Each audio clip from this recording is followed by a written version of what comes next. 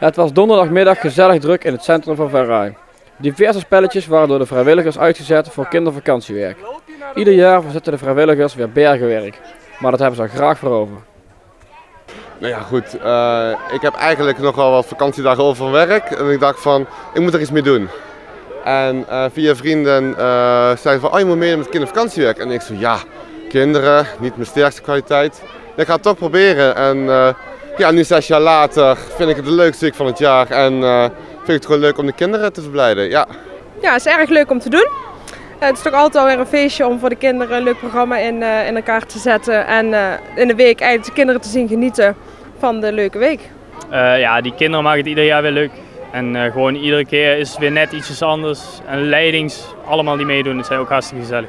Ja, onder de leiding zijn er natuurlijk ook heel veel vrienden. Dus het is natuurlijk leuk om en met de kids en met je vrienden een week lang leuke dingen te doen. Dus dat is een grote reden daartussen.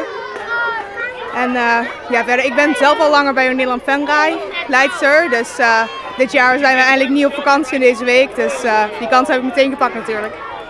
Kindervakantiewerk staat te springen om meer vrijwilligers. Volgens de huidige leiding is het zeer de moeite waard om jezelf aan te melden. Omdat het gewoon de beste week van je leven is. Elk jaar weer.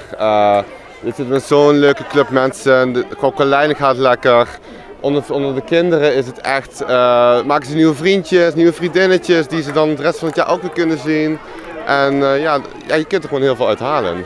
Nou, je hebt natuurlijk een week vol keileuke activiteiten, allemaal kinderlachjes om je heen. Ik bedoel, het kan toch niet beter eigenlijk? Ja, toch wel als kinderen moeten lachen om grapjes of zo. Of als ze toch wel aan het einde van de week knuffel geven, bedankt zeggen. Dat is toch wel echt, ja, dat gevoel krijg je nergens anders eigenlijk.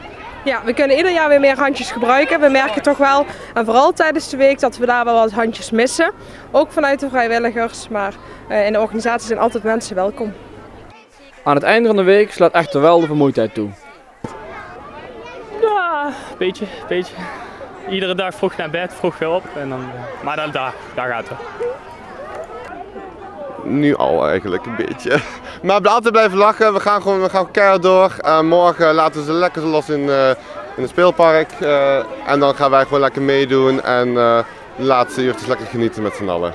De zondag is echt voor mij een rustdag.